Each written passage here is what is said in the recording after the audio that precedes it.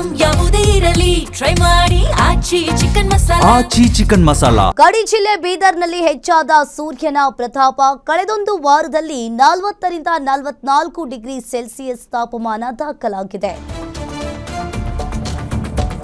ಗಡಿ ಜಿಲ್ಲೆ ಬೀದರ್ನಲ್ಲಿ ಹೆಚ್ಚಾದ ಸೂರ್ಯನ ತಾಪ. ಕಳೆದೊಂದು ವಾರದಲ್ಲಿ 40 ರಿಂದ 44 ಡಿಗ್ರಿ ಸೆಲ್ಸಿಯಸ್ ತಾಪಮಾನ ದಾಖಲಾಗಿದೆ.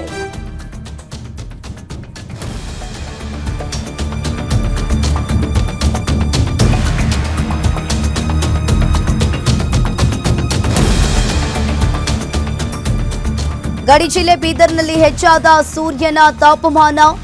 ಬಿಸಿಲನ್ನ ನಿರ್ಲಕ್ಷ್ಯ ಮಾಡಿದ್ರೆ ಸಾವು ಕಟ್ಟಿಟ್ಟ ಬುತ್ತಿ. ತಾಪಮಾನದ ಬಗ್ಗೆ ತಜ್ಞ ವೈದ್ಯರ ಶಾಕಿಂಗ್ ಎಚ್ಚರಿಕೆಯನ್ನ ನೀಡಿದ್ದಾರೆ. ಇನ್ನು ವಿಪರೀತ ಬಿಸಿಲಿಗೆ ಹೀಟ್ ಸ್ಟ್ರೋಕ್, ಮೆದುಳು ಹಾಗೂ ಹೃದಯದ ಮೇಲೆ ಎಫೆಕ್ಟ್ ಕೂಡ ಬೀಳಲಿದೆ. ಮಕ್ಕಳು, ವೃದ್ಧರ ಬಗ್ಗೆ ವಿಶೇಷವಾಗಿ ಕಾಳಜಿಯನ್ನ ವಹಿಸಲು ವೈದ್ಯರು ಕೂಡ ಒಂದ್ ಕಡೆ ಸೂಚನೆಯನ್ನ ನೀಡಿದ್ದಾರೆ. ಇನ್ನು ಅಧಿಕ ತಾಪಮಾನಕ್ಕೆ ದೇಹದ ಉಷ್ಣಾಂಶವೂ ಕೂಡ ಪ್ರತಿದಿನವೂ ಕೂಡ ಹೆಚ್ಚಾಗ್ತಾ ಹೋಗುತ್ತೆ.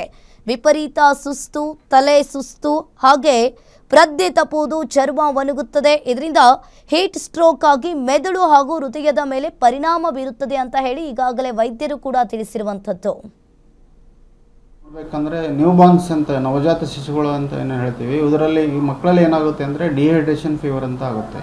ಸೊ ಈ ಮಕ್ಕಳಲ್ಲಿ ಏನಾಗುತ್ತೆ ಅಂದರೆ ಬಾಡಿ ಸರ್ಫೇಸ್ ಏರಿಯಾ ತುಂಬ ಜಾಸ್ತಿ ಇರೋದ್ರಿಂದ ಅವರಲ್ಲಿ ನೀರಿನ ಪ್ರಮಾಣ ಕಡಿಮೆ ಇರುತ್ತೆ. ಮತ್ತು ಸರಿಯಾಗಿ ತಾಯಿ ಮಗುವಿಗೆ ಹಾಲು ಉಣಿಸ್ಲಿಲ್ಲ ಅಂದರೆ ಏನಾಗುತ್ತೆ, ಡಿಹೈಡ್ರೇಷನ್ ಆಗುತ್ತೆ.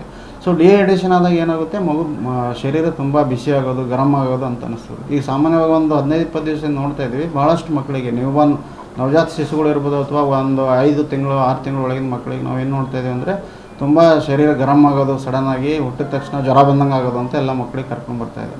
ಸೊ ಬಾಡಿ ಸರ್ಫೇಸ್ ಏರಿಯಾ ಜಾಸ್ತಿ ಇರೋದ್ರಿಂದ ಮತ್ತು ನೀರಿನ ಪ್ರಮಾಣ ಕಡಿಮೆ ಇರೋದ್ರಿಂದ ನೀರು ಜಾಸ್ತಿ ಲಾಸ್ ಆದಾಗ ಏನಾಗುತ್ತೆ, ಸರಿಯಾಗಿ ಹಾಲು ಉಣಿಸ್ಲಿಲ್ಲ ಅಂದರೆ ಏನಾಗುತ್ತೆ, ಡಿಹೈಡ್ರೇಷನ್ ಫೀವರ್ ಅಂತ ಬರುತ್ತೆ. ಸೊ ಅದೇ ಥರ ಅಡಲ್ಟ್ಸ್ ಕೂಡ ಏನು ಮಾಡಬೇಕಪ್ಪ ಅಂದರೆ ಔಟ್ಡೋರ್ ಆ್ಯಕ್ಟಿವಿಟಿ ಕಡಿಮೆ ಮಾಡಬೇಕು ಮತ್ತು ನೀರಿನ ಸೇವನೆ ಜಾಸ್ತಿ ಮಾಡಬೇಕು. ಸ್ಪೋರ್ಟ್ಸ್ ಡ್ರಿಂಕ್ಸು ಅಥವಾ ORS ಡ್ರಿಂಕ್ಸ್ ಕೂಡ ಜಾಸ್ತಿ ಸೇವನೆ ಮಾಡಬೇಕು.